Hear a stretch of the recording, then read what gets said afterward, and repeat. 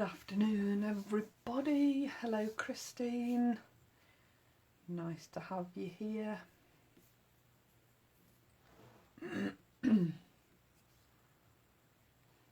give it a few seconds and see how many people join us. You alright Christine?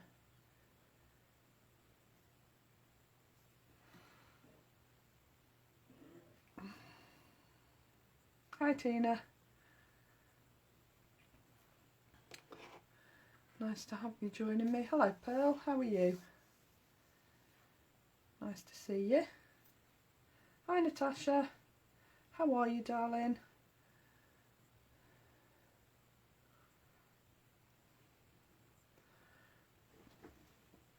I hope your face is settling down a little bit, Natasha. Good, good. Hi Jean, nice to have you joining us this afternoon. I wouldn't say it's sunny Tina, but it's I can see blue sky and clouds, so it's not too bad. I think it's the calm before the storm there, looking at the weather forecast, but we shall see. Hello Anne. Right, I think we'll get cracking, and anybody else that joins us can pick up where they join. So today I'm going to be using one of the stamp sets that Lisa will be bringing to you on Sunday, and this beautiful set of stamps, as they all are, is called Summer Petunia, and this is the stamp set that you will be getting. There are 3 stamps and they have coordinating dies to go with them. They stamp beautifully. The quality is absolutely superb, and I absolutely love these. As with the other sets, there is a matching background stamp that goes with it, and this just is so versatile. You could stamp this background stamp and just add a sentiment. You won't need anything else. You won't need to mat and layer it even, probably. They're just so useful to have, and they're a really good size as well. If I just show you the size of the stamps, actually, it's on my stamping platform because I'm going to use it. So that's the size of the stamp. If I put my hand behind that, you can see that is virtually the size of my hand, and the other stamps are equally as big. They're just a focal point for your project. You will need very little else, as I hope to show you today. So I'll just put that back where it was. So that's the background stamp and the flowers, and then I'm also going to be using some stencils and the Edge Cut Butterflies die set that Lisa bought out, one of the first releases that she had. I'm actually using the 2 small butterflies on the card I'm doing today. On the card I did for my event banner, I used the big butterfly, and the reason I used the big butterfly was because I made a mistake on the stenciling, so that sort of covers that up, but you can still see it. So I'm using the Script and Ledger stencil because I think this is equally as versatile as the script stamp that comes in the little textures set, which sadly is all sold out now. And I'm using the bubble wrap stencil as well. Now you'll see on my original that I stenciled rather right up to the flower.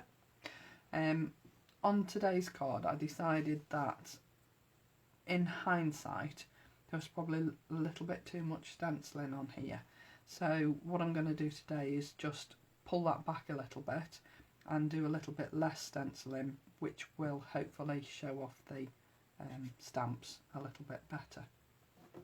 So there's quite a bit to it, because the other thing that I'm going to be using today is some fabulous, brand new, appearing on Sunday with the stamps, is Lisa's brand new masking paper. It's a very thin masking paper, which I think is perfect, because sometimes the masking materials that you can buy these days can be a little bit thick, and what happens with that thicker masking paper is that you get a lip where you want to stamp over the top of it. You'll see what I mean when I actually get to the part where you see me using the masking paper. It's a very thin paper, it's beautiful paper. It's initially, it can be a bit difficult to peel off, but I'll show you a trick to help you with that. I discovered it quite by accident, so I'm quite pleased about that. So I'm using that as well today. And as I say, Lisa will be showing you that on Sunday. So let's get stuck in. Now the first thing I'm going to do is stamp my sentiment. Now when you're masking with stamping, the thing that you want to appear at the front is the thing that you would stamp first, and then mask it and then stamp over it. So you're working in reverse, if you like. So this will be the first thing we stamp, and then I'm going to mask that off, and then I'm going to stamp the flower on top of that. So in order that I get my sentiment in the right place, I'm just going to put my card in my platform, and then I'm going to work out where my flower is going to go. So I want it about there, because I want to keep as much of that leaf as I can. So I'm about there, I think. So I'm going to go about 2 squares in on my platform and about 10 centimetres. So I know I can't see my squares on my platform, but I'm going to show you how I'm going to get around that in a second. So about 2. So I'm going to go back a little bit, and about 10. It's about right. It's not an exact science. Stamping like this and masking never is, but if you've got an idea of where you want it to be, then I don't think you'll go far wrong. So what I'm going to do, just so that I don't have to go through all that again, is make 2 little marks where my stamping, what are they called? Stamping blocks. God, mental block, honestly. That's what Fridays do for you. Right, so I'm using a VersaFine Clair and I'm stamping in black because I really want the flower and the sentiment to stand out. So I'm going to line up my stamping block where my pencil lines were, make sure it's straight, and that's the beauty of these particular blocks, which are from Lisa, is that because they've got lines on them, you can make sure that your sentiment is straight on your card. So stamp that down there, and then what we're going to do is add the mask and mask it off. Now you'll notice that I've got a little bit of my D missing, and that's my fault because I actually dropped the stamp onto my desk. Don't ask me how. There was a pair of scissors on my desk and it caught the stamp. So I'm just going to go over that with a black pen. Blind man on a galloping horse will never see that. I'm just going to rub my little pencil marks out. And then what I'm going to do is, because this ink pad is quite juicy, I'm just going to go over that with a little piece of kitchen towel and just blot it so that I know that the ink is dry.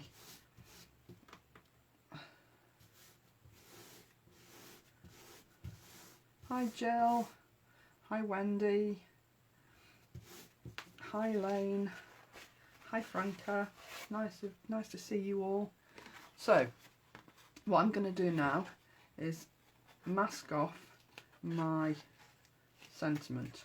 Now you'll see that I've stamped my sentiment onto my masking paper, and as I said to you at the beginning, this set of stamps comes with matching dies, so you don't need to stamp the sentiment onto your masking paper if you don't want to, but I would recommend that you do, because when you add the masking paper over the top, because it is so beautifully thin, you can line up your actual sentiment with the stamping underneath, because you can see through it, and you can line it up so that it actually sits perfectly on the stamp that you've stamped underneath. Okay, now you'll notice that when I took that off was just a piece of card. Obviously you can try and put it back on the backing paper that it comes off, but it doesn't tend to sit flat, and I like to keep them flat so that I can use them again and again. The backing paper just tends to these tend to curl up a little bit, and they won't sit 100% flat. Backing paper's perfect, and then I suppose you could put something like a piece of card over the top, which would keep it flat, but I just keep it on a piece of card because that suits me. So now I've masked off my sentiment, I'm going to stamp my flower over the top. I'll get the lid off my ink pad. Now the beauty of stamping with a stamping platform, of course, is that if you have sort of dexterity problems or anything like that, and you can't get enough pressure on a big stamp like this, you know that if you need to stamp it again, it's going to be perfectly lined up. That's what the only reason I use my platform is for larger stamps, really. I don't use it all the time. So this is now going to stamp over the top of my sentiment, like so.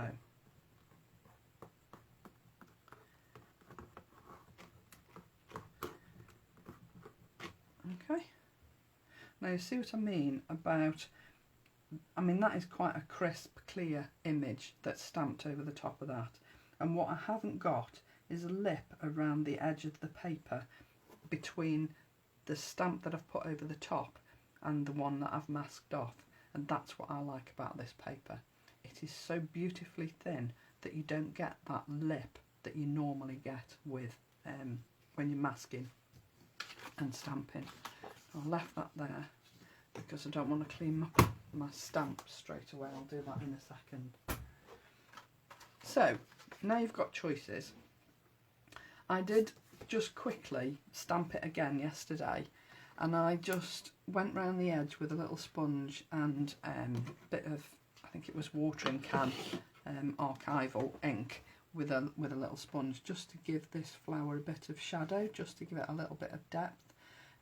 I would spend more time on it, and I do think if I just lift that up slightly, I think you can see that it does actually give that flower a little bit of depth, so that it doesn't look as though it's a flat image.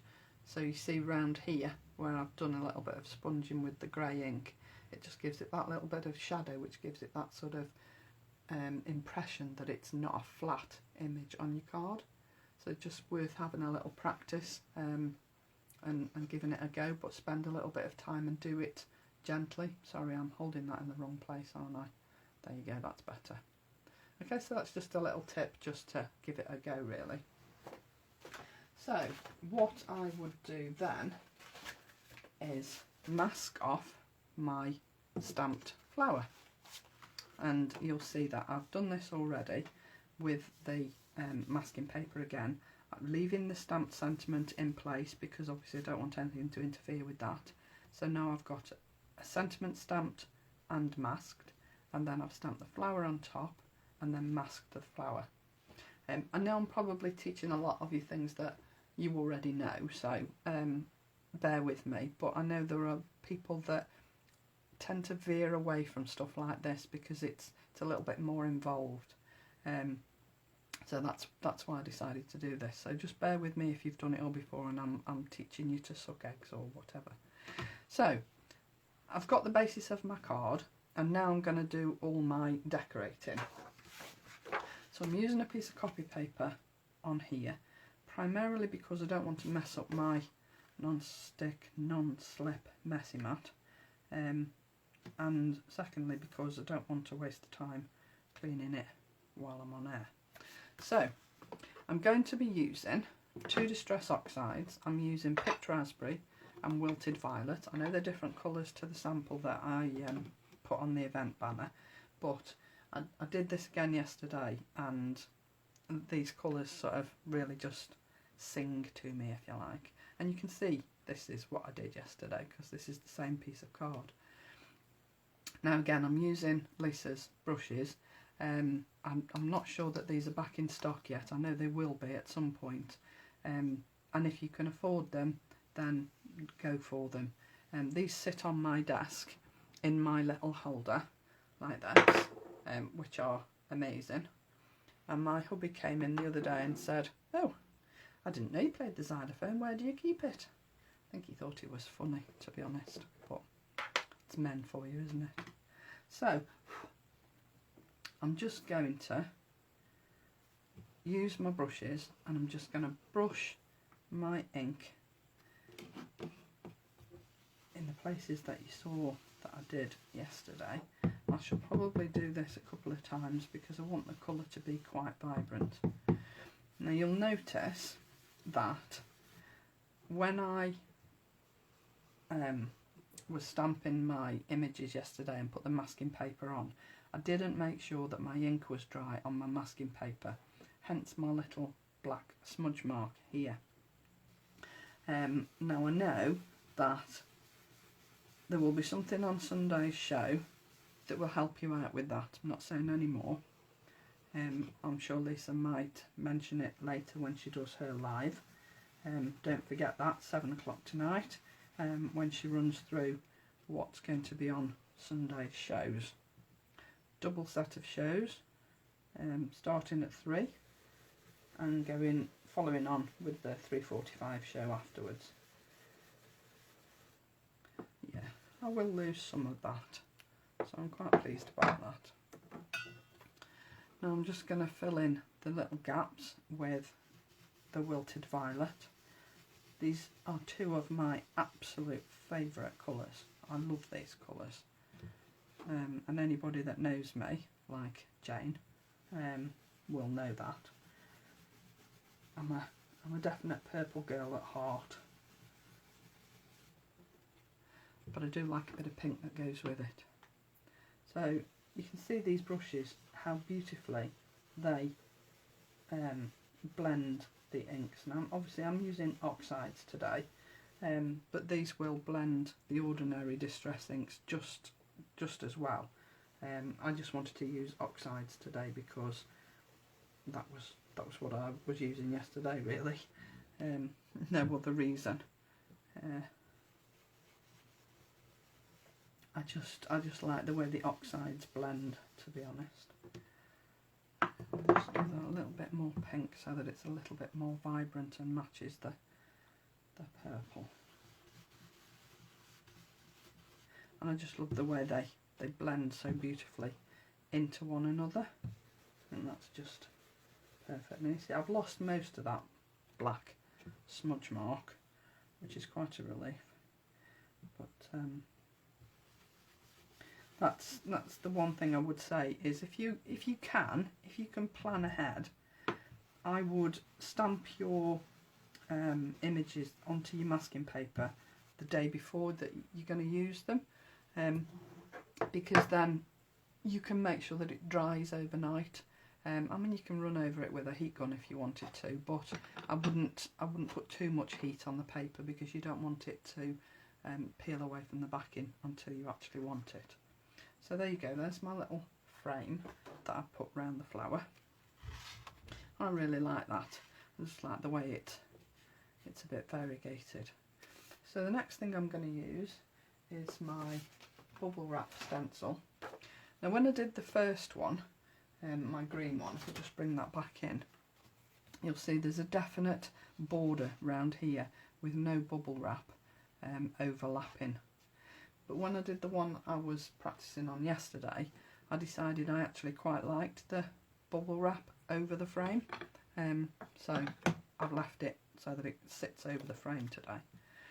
Now, as I said, I think I did a bit too much stenciling on the other one, so what I'm going to do today is less stenciling so that I actually leave the flower so that it's the main part of the card, if you like. Your focus will be on the flower rather than the stenciling, which is what I ended up with when I did the bluey green one.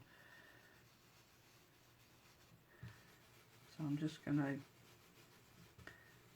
trying to line up my stencil colours with where I've stenciled the border so that they sort of all match in, really. Yeah, I think that'll do. And then just another smaller base down the bottom here.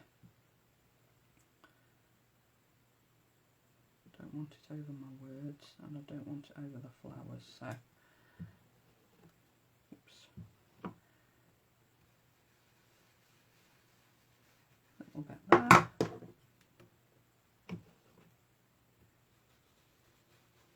A little bit there. Now you see, I'm not putting any pressure on these brushes at all.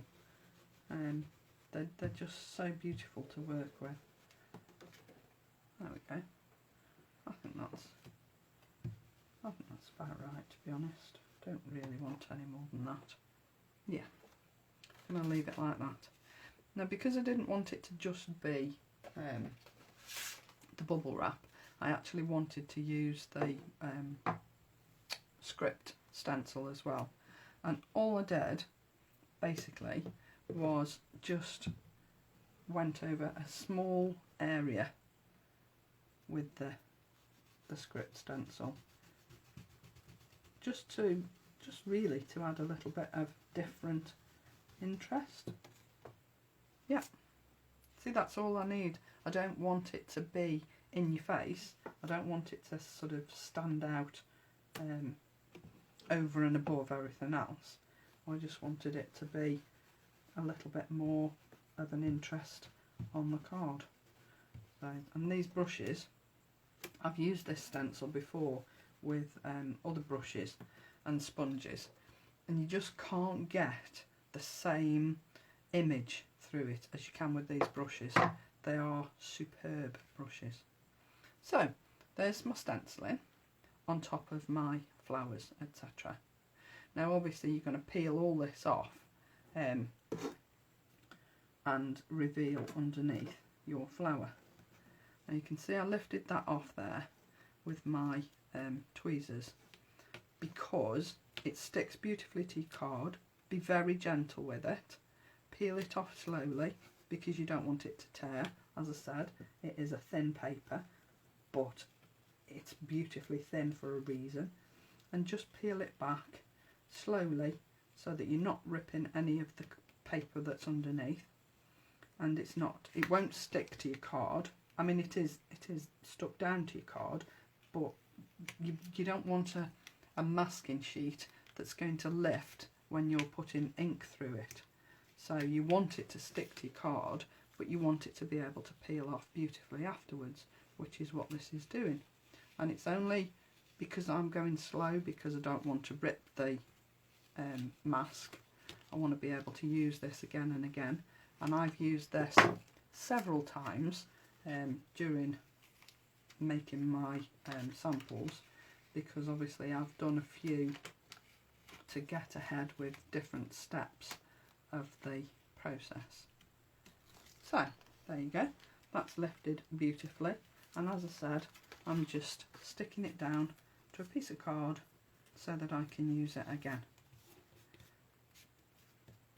Yeah, how simple is that? And it will peel off that card as beautifully as it peeled off this card. And then of course you want to do the same with your sentiment. Peel that off. And when you first get your masking paper, the first time you use it, I would say use something like this, like the tweezers, to take it off the original carrier sheet as well. Because people with false nails or long nails would think, oh, that's easy, I can get my nail underneath. But because it's a thin paper, you probably will struggle to get your nail between the paper and the backing sheet. So if you use the tweezers, I'll turn that over and put my sentiment on the back there. So if you use the tweezers will peel it off beautifully. I'll show you on a piece of, I'll show you what I mean. So because this is, you can see how thin this is, and like I've said, there is a reason for that. But if you just put your tweezers behind the papers, it's not going to do it now because I've said how fantastic they are. I'm sorry if you can see my head. But all you want is just that tiny little piece to lift off, and then they will peel off beautifully like that. So easy. So don't struggle with nails and things. Use fine tweezers and you will be able to get the backing off so easily. It will come away really, really easily. I'll just stick that back down, so I'm going to use that again. Okay, so there's your card with your stencil in and your image. Now, you could leave it like that, but I didn't want to leave it like that. I wanted to colour the image so that the flowers really jumped off the card. So this is what I did yesterday. I spent some about, I don't know, half an hour or so yesterday colouring just the flowers and the leaves, which is so therapeutic. It's quite relaxing. And the colours that I've used Copic markers on these, and I've put the colours down here. So for the actual flowers, I've used these, lavender, marigold and heath, and then I've also added, right in the dark parts of the flower, some dark grey, which is one of the cool greys, C5, just to put in the centre of the flower. And then for the actual middle, I've used YR16, which is the orange, and Y06, which is the yellow, just so that the middle actually stands out on the card. And then for the leaves and the actual, I'm not sure what you call it, this piece that sits at the bottom of the flowers here, I've used G24, which is this one, G24 and G21, just to give it a little bit of difference in the blending on the colours. And then for the leaves, I've used YG67, which is moss, YG63, which is pea green, and YG61, which is a pale moss, just so that there's some blending on the leaves and then not just a solid colour, because I mean, leaves aren't solid colours, are they? So those are the colours I used. Do you like my little box? It's just an ordinary half of a cardboard box, and I painted it with blue acrylic paint, and then I used the Deco Flowers stencil with some black soot ink, just to make them stand out, so that I've got a little pot to stand my live pens in when I'm using pens. So this was the stencil that I used over the top. Beautiful little stencil, that, really versatile. So there's the basis of my card. So I'm just going to add my little finishing touches. Now I used a big butterfly on the first one, but I'm using the two smaller butterflies on this card. I'm just going to stick those down, and then because it's me, obviously there'll be some gems on here. I just love the colours on here. I just think they're just really bright, summery, relaxing, pretty colours. Thank you, Pearl. I knew somebody would know. I knew that, I just couldn't remember it. So thank you for that. Okay, and then I'm just going to add a little flat back gem, not the pearls, the flat back gems that Lisa brought to you a while ago, in the centre of those butterflies. and I'm using pink on those. And then I'm just going to dot on my stenciling just to add some little flat back gems on my stenciling, just because I can, I suppose. I just like it to look a little bit special, a little bit different, so I just like to add those just as a, so I might put another one here and I might put another one here, just because I've got them in my little pot and I can use them. Okay, that'll do.